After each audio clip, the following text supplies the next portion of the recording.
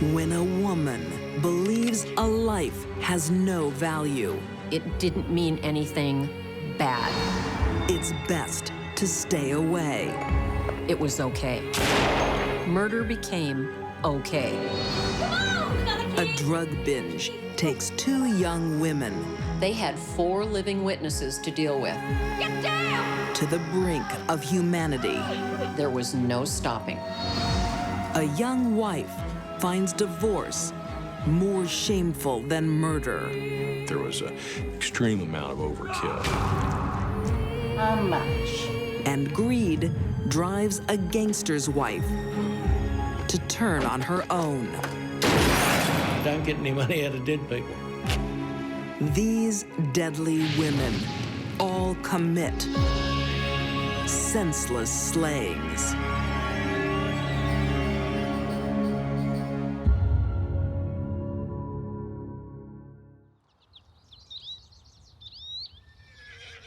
Lexington, Kentucky, the horse capital of the world.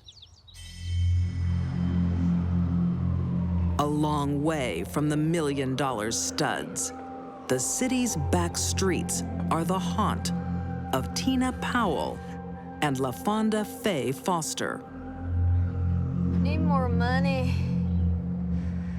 They both went hand in hand when it came to carousing, doing whatever they could to get money to either drink or do drugs or both. Tina did do some strip dancing, and both would attempt to turn prostitution deals.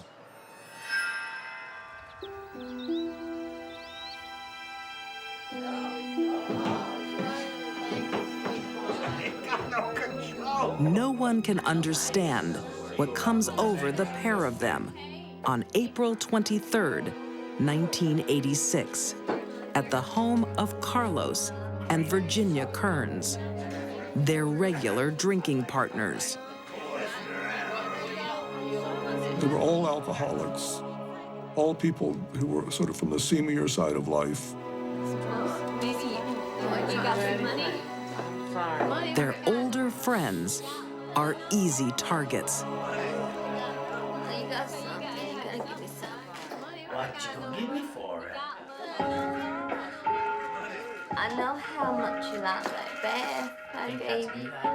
If you give me some money, though, you give me some money and I'll give you. The women need cash for drugs, Carlos, I need the money now. but are not getting any. You need to give me the money. I don't think we got no money, sweetheart. Carlos, I need They the take money. matters into their own hands. You lied to me! No, I'm not. Carlos, give me the money, all right? Finally! All I got is a social security check. I'd have to go somewhere to cash it. All right, let's go cash it then. You're all coming, we're all gonna go cash it, all right? Come on! High on drugs and alcohol, Need some drugs? Hurry up! the victims go along to save their skins.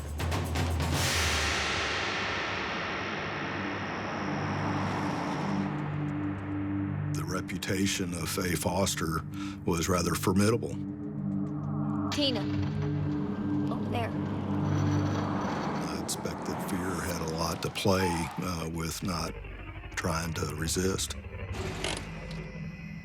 We're gonna go in and cash this check, okay? Y'all stay in here, or else I'll kill you.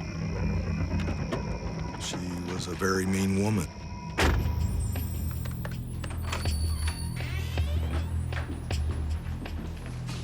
Can you cash that, please? Carlos needs to sign the check personally, I'm afraid I can't. Why not? It's only $50. but when they get to the store, for some reason, the women leave him in the car. Whatever, you give us 25. I'm sorry, can't do it. I don't have the authorization.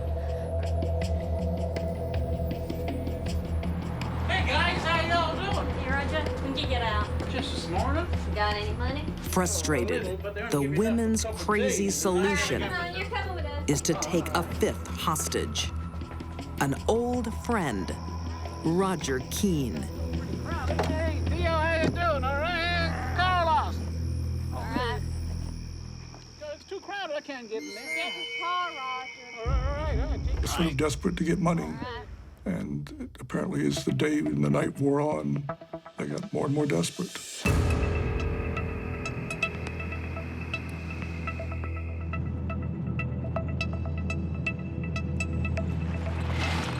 They have 5 hostages with hardly a dollar between them. Roger, I thought you said you had some money. I said it wasn't much. We have to have money. Damn it, I don't believe none of you have any money.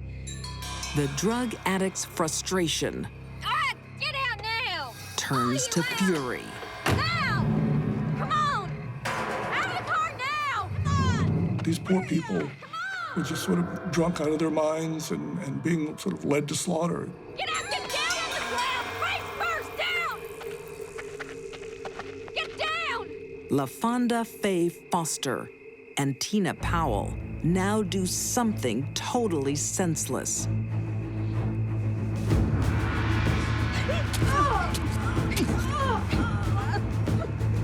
Tina Powell did all of the stabbing with this rather unique configured hunting knife.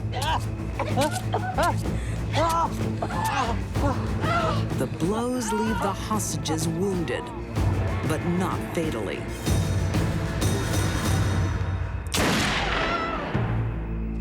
LaFonda Faye's gun also has little effect. The .22 caliber revolver was what we would call a Saturday night special, probably obtainable for $5 to $10 on the street. The ammunition was a mishmash of ammunition. She ain't moving. Inept is the best word I can come up with. It's Tina who finally takes the first life. 59-year-old Trudy Harrell's throat is cut. It's unclear to me why LaFonda and Tina killed her. I think they only did it because they wanted to. It looked like fun, and it was something they had never done before. With one woman dead, a night of horror on the streets of Lexington is only just beginning. Once they killed their first victim, they had 4 living witnesses to deal with. There was no stopping. April 23rd, 1986. I need some 22s or 38s. Drug addicts LaFonda Faye Foster Sorry, there's none left. and Tina Powell are desperate for more ammunition. Well, The women are on a murder spree. They've killed one person and have taken 4 other people hostage. The drugs and alcohol probably made it easier for LaFonda and Tina to kill. But the foundation that led them to the desire to kill had been there for years. In a back street of Lexington, Kentucky, Virginia Kearns becomes their second victim. Her husband, Carlos, powerless to save her.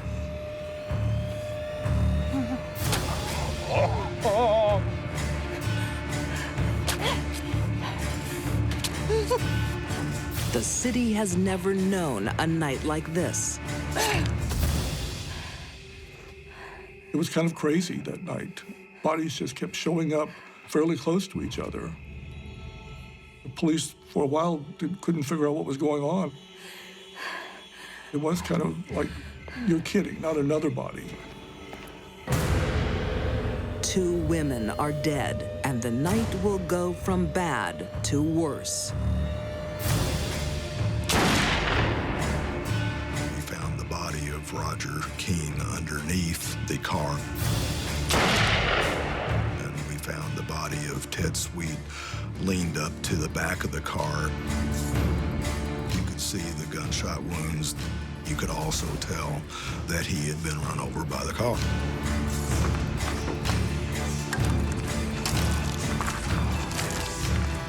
Their 5th and final victim Carlos Kearns, is shot, stabbed, and left to die in a blazing inferno.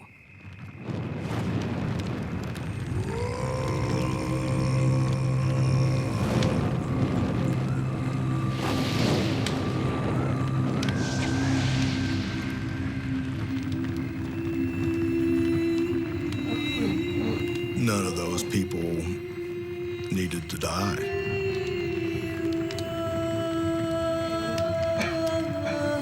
Those people were harmless.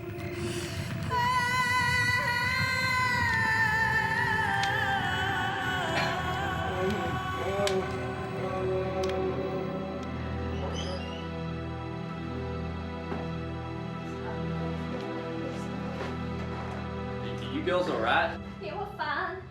We were just fighting. Is there a bathroom? Somewhere we can Lexington's clean up? worst mass murder in history doesn't remain a mystery for long. The two women choose a nearby public hospital to clean up. I can't believe there's so much blood. No, it's right in my arms. They were just saturated in blood.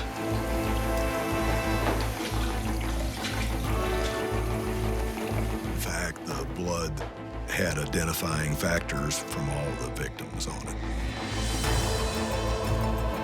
Whether it is the drugs or stupidity, LaFonda Faye Foster and Tina Powell make the prosecutor's job easy. Gross.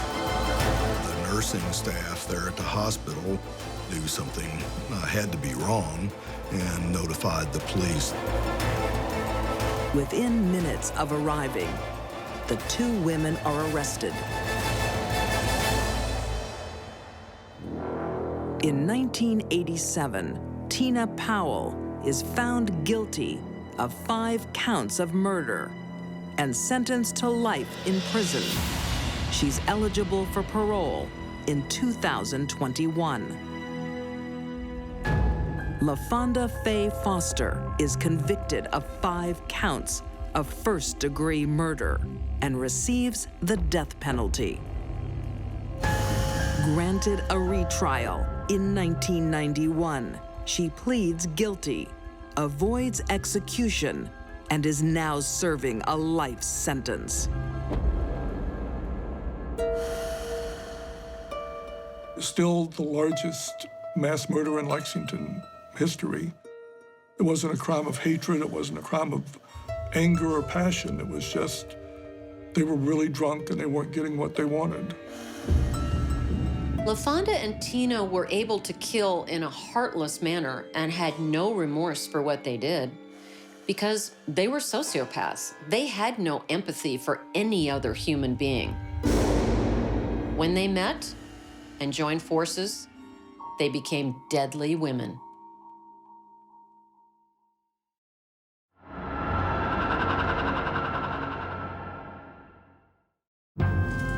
The quest for perfection can be difficult. She thought she should be with the Anointed One. That's great. Hard to achieve and full of disappointment. It ended up something that was ultimately very, very dangerous.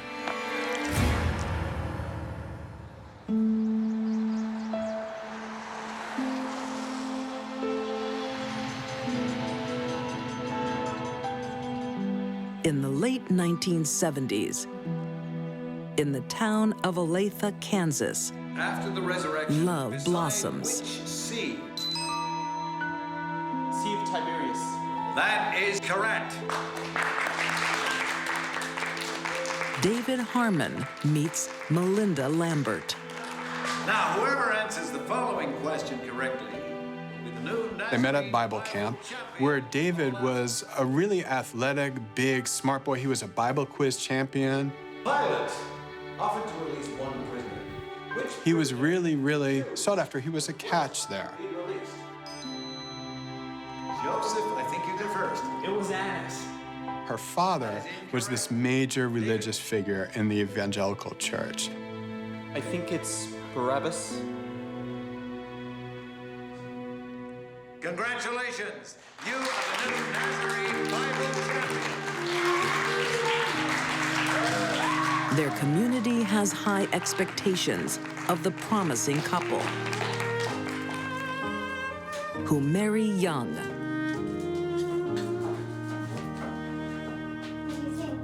Oh, hey.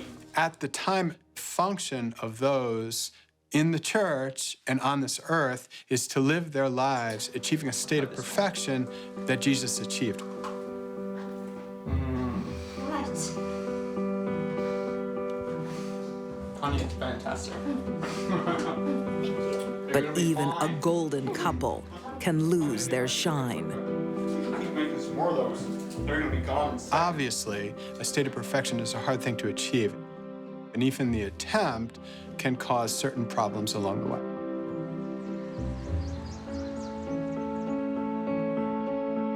Yes, 3 p.m. will be fine. Into their pious world walks temptation. Yes, we'll see Star you. University student Bye. Mark Mangelsdorf.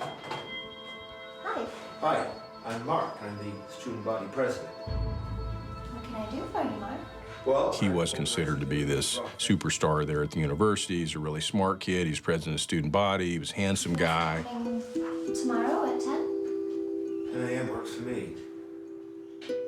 Melinda had a friendliness that seemed fuel-injected. I hear you've got quite a lineup this year. It's gonna be the best one yet. Will you be coming? I wouldn't miss it.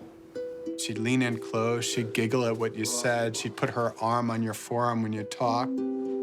And he was kind of smitten by her. Married Melinda won't break her sacred vows. But she does want Mark close by.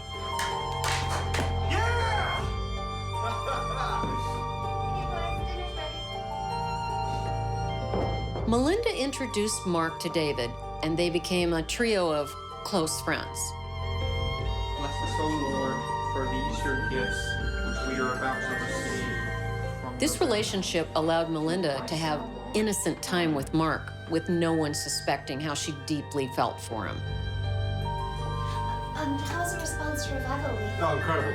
The dean said- But secret desires take a toll on her marriage. It's great. What Melinda got in her husband David wasn't what she wanted. I just can't believe that I would promote someone who's been there for 2 months when I've been there for 2 years. It really sucks, man. She thought she should be with the anointed one. Who won the game? I did, I think. Just David wasn't delivering.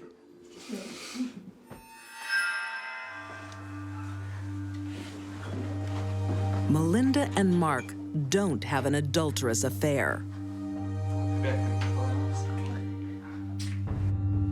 They start something more dangerous, Hey, Mark, still off the hockey tonight? Yeah, sure thing. an obsession.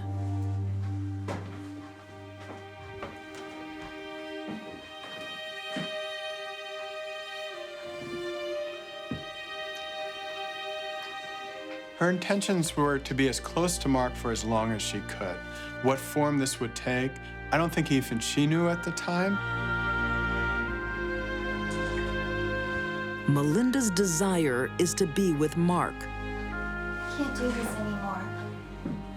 Not while David is my husband. But it's an unforgivable sin.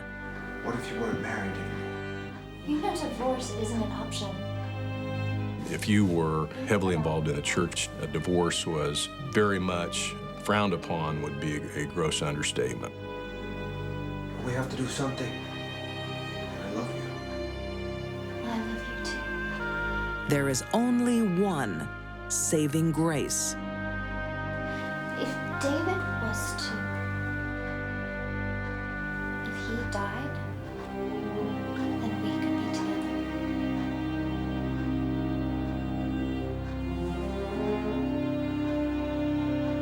You've got all that pressure to not show any sort of faults or any kind of sin. As twisted as it sounds, it's a lot better to be the widow Harmon than to be the divorcee Harmon.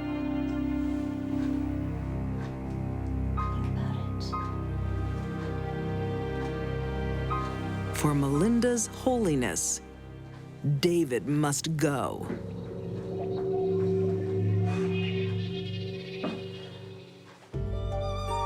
(1982) in Olathe, Kansas. 25-year-old Melinda Harmon is unsatisfied with her husband, David. The preacher's daughter has strong desires for Star University student Mark Mangelsdorf.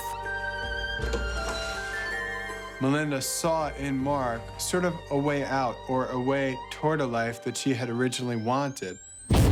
David stood in the way.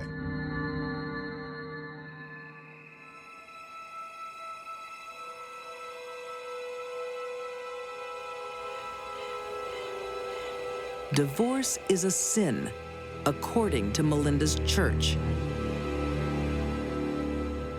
She plans for something more acceptable: becoming a widow. Some women see divorce as a sin, but murder is okay.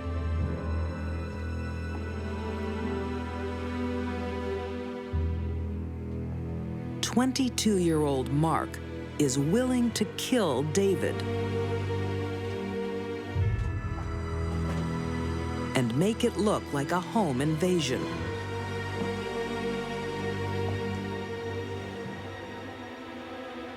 David Harmon never saw his assailant, never woke up, and didn't know what was going on.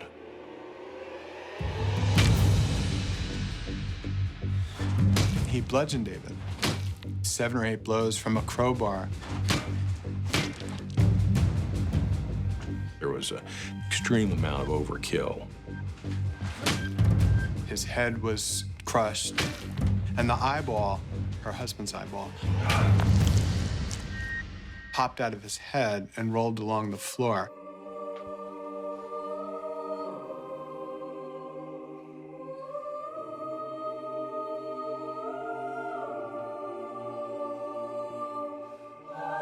About an hour later, Melinda, with only a light bruise on her cheek, went running to neighbors. She told the neighbors that 2 black men had broken into her apartment, beat David to death, and knocked her unconscious.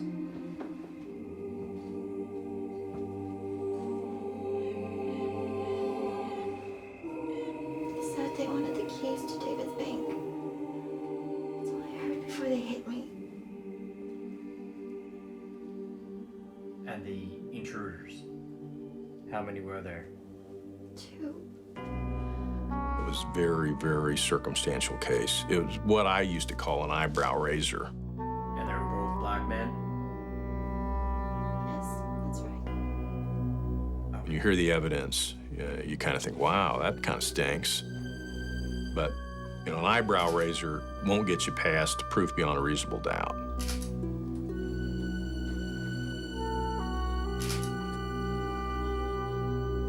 My friend's here. Can I go?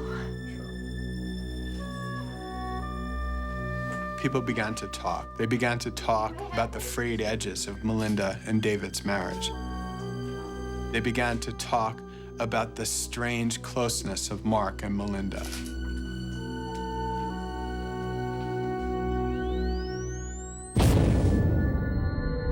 With suspicion swirling around them, Melinda and Mark can't risk being together.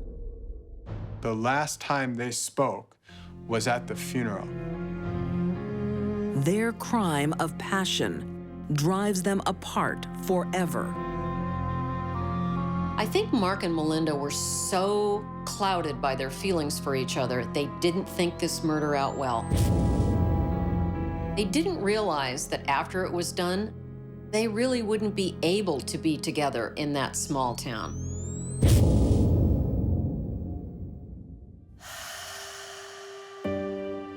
Melinda and Mark marry and raise families with different spouses. She, the wife of a successful cosmetic dentist and the mom of 2 beautiful kids, and Mark on to Harvard Business School. This couple who plotted and executed a murder that defies description were able to have such successes in their lives and careers.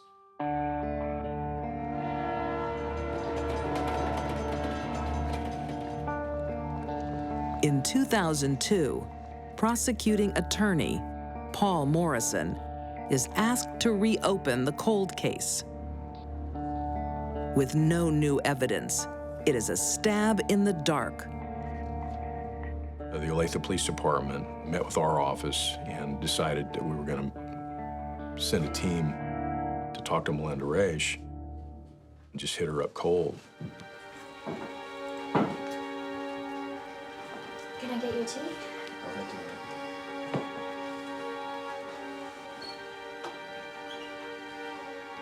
I've been reading through your statements. I need to ask you some questions. When the detective arrives, he finds Melinda willing to talk. Did you lie then? Did Mark kill your husband? Her story changes. You need to find yourself on the right side of this investigation. She points the finger at her former lover. All I saw was the shadowy figure of a man. She starts telling the tale, and she talks about the guy as opposed to the guys. I knew in my heart it was Mark. And she had the sense that this man was Mark. Okay. The 2 black guys were suddenly off the hook. Their 20-year secret is finally out. She turned on him, and I think that's why Mangelsdorf eventually pled, because he knew that she was going to testify against him, and he knew that she was going to talk about his role in this. Mark Mangelsdorf pleads guilty to second-degree murder and is sentenced to 10 to 20 years. In 2005, Melinda is found guilty of first-degree murder for agreeing to testify against Mark. It is reduced to murder too. She also receives 10 to 20 years in a Kansas prison. Melinda strives for a perfect life before her God and her community until a new man comes along. In the end, she's left with nothing. You know, they're not thugs, they're not career criminals, they're not violent offenders. They're the kind of people that, before this happened, never in your wildest dreams suspect of being capable of killing somebody. But it happened. It's a very, very unnerving thing.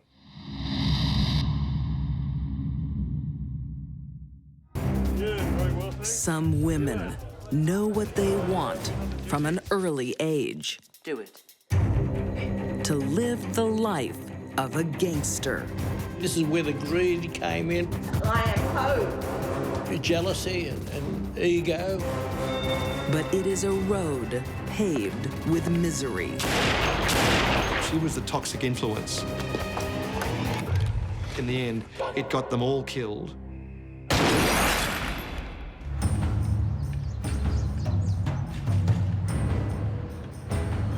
In the late 1990s, the city of Melbourne, Australia, is gripped in a bloody gangland war.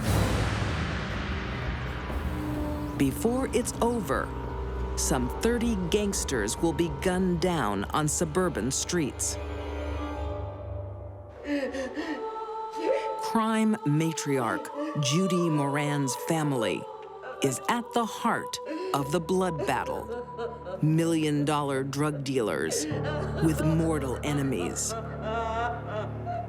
They were mixed up in shootings, robberies, bashings. They're just disgraceful pieces of humanity. The first to fall is Judy's oldest son, Mark. Shot dead in cold blood. Through all this violence, Judy underestimated the other side. She was continually egging the boys on. You can deal with these guys. She always thought the Morans would somehow triumph. But 3 years later, second son Jason is killed. This was Judy's world, a world where violence was king. Oh, could we deal with my darling?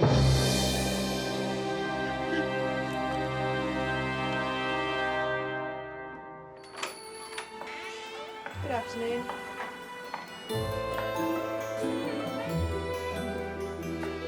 Judy was born into crime. Her father's a thief, and he passes on his family values. It's just over there. Judy was a champion shoplifter. She would walk out wearing 4 coats or several yards of silk tucked under your dress. She learnt to steal the best. Only the best for Judy. I didn't fit. Thank you. Judy was raised on mean streets that all had to do with her being attracted to bad boys. When it's time for Judy to spread her wings, she falls head over heels for another hustler and thief, Louis Moran. She enjoyed being the girlfriend of a thief more than she enjoyed the normal life. She relished it. Champagne to celebrate? Yeah, champagne sounds perfect. You look like you've had a win. Together, they set out to make their mark, doing what they know best, I'd love something. fleecing the unsuspecting. Another one for the lady. Thank you. That'd be great. Judy used to be able to distract attention, position a person. Oh. Cheers. Louis, who was an expert pickpocket, would dip the bloke, as it's called, and they'd be none the wiser. Well, better get back to my friend. Oh, okay then. They managed to subsist on that sort of thing for quite a while. That on Adam's like? Yeah, Adam's like. In the 1990s, the Morans hit the jackpot. Illegal drugs. Suddenly money was flowing like never before.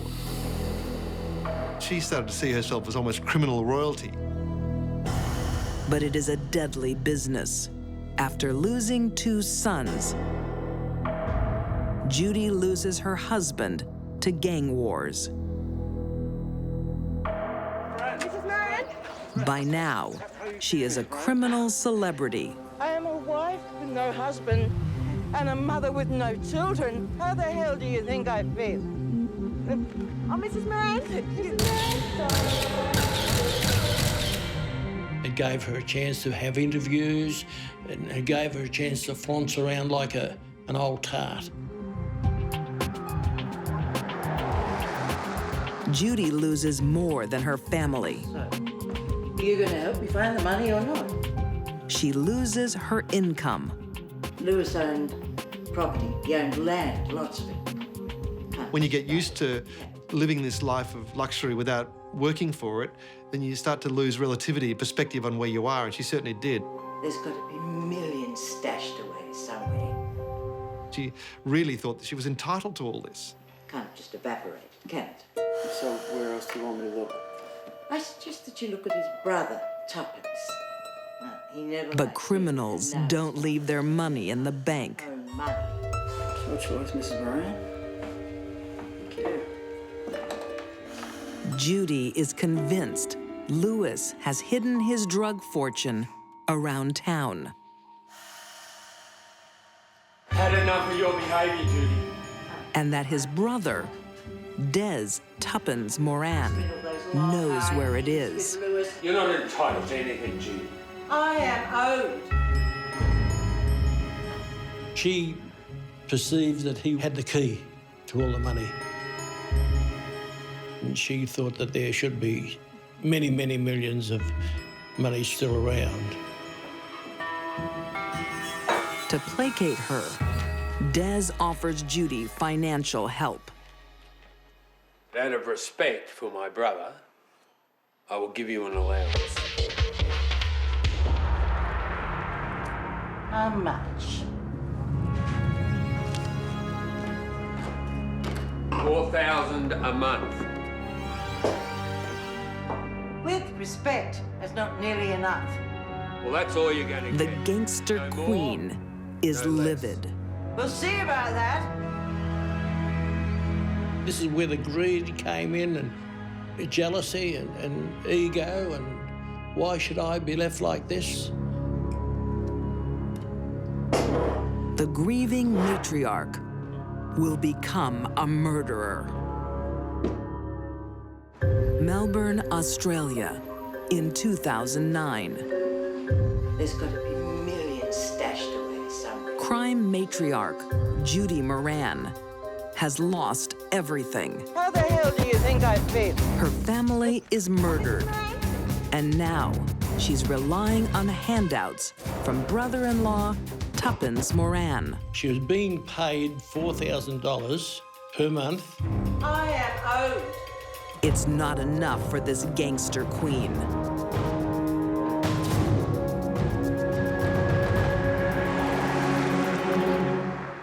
Nuts, I've got a favour to ask you, and it could be worth millions to you. I'm listening. Tuppence. Judy decides there should be one more dead Moran. The problem is he won't give it up. She hires help. A shooter named Nuts. So now, the only way that we can get that money is to get rid of the man. Judy was in a world that killing was an acceptable behavior. Yeah? I'm guessing she was probably upset and angry at her losses. And murder was simply not that difficult for her. Okay. Now here's to it. What about Indian? Is Indian okay? It will look like just another gangland hit. Hey, Mick, you drive, okay? Sure, there's no one. The problem was that Des had drunk about 10 pots of beer, and he didn't want to lose his license, so he got his mate to actually drive the car. Nuts strides up thinking the driver must be Des and pings one shot through the windscreen. Miraculously, it lodges in the steering wheel. He goes to fire again, but now the gun jams. You all right, mate? Yeah. Huh? Des Moran lives. Jude, we're in. Judy doesn't get her money. Time for Plan B.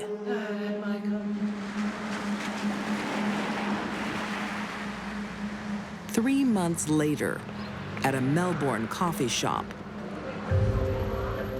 Here's the bastard. Judy and her hitmen try again in broad daylight.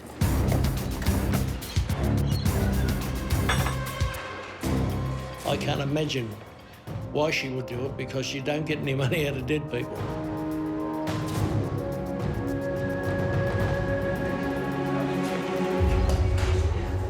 Des pays for his last meal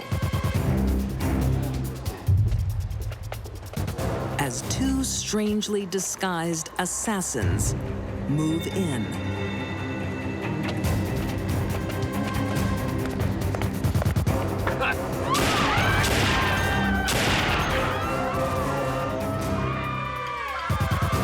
Nuts Lance is not going to mess this up a second time. He goes and puts 4 into Des on the ground and kills him outright.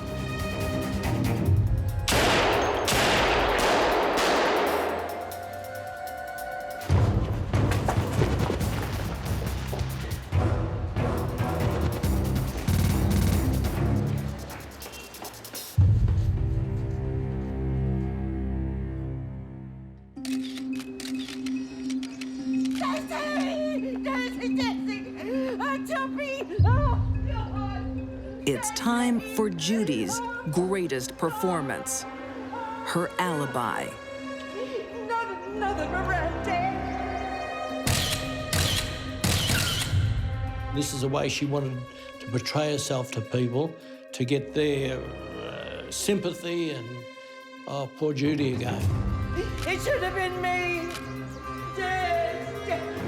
She almost thought it was another episode of a crime show, that the credits would roll and she would get off scot-free. Oh, no. She was really quite delusional. Oh. But it's one performance too many for the police. They search her house. They found the wig, the balaclava, the wind cheater Nuts was wearing, everything. It's like they'd packaged up all the evidence and said, here you are. We don't want to get away with this. The final Moran episode becomes an open and shut case of murder. The gunman, Nuts, is sentenced to 26 years. And so is the 66-year-old gangster queen, Judy Moran, in August 2011. Judy survived the Melbourne Gangland Wars, but not her own greed. She may never know freedom again. She may die in jail, which would be a crushing blow to her. Imagine wearing the same outfit every day. That is death for Judy. She's fallen for the 3-card trick: envy, hatred, and jealousy.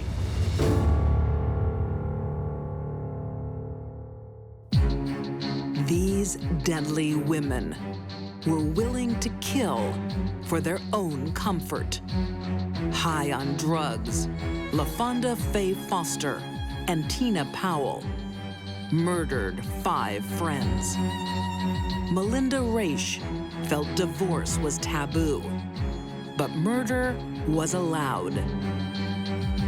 And Judy Moran killed the one man who could save her. They all pushed boundaries and shattered lives with their senseless slayings.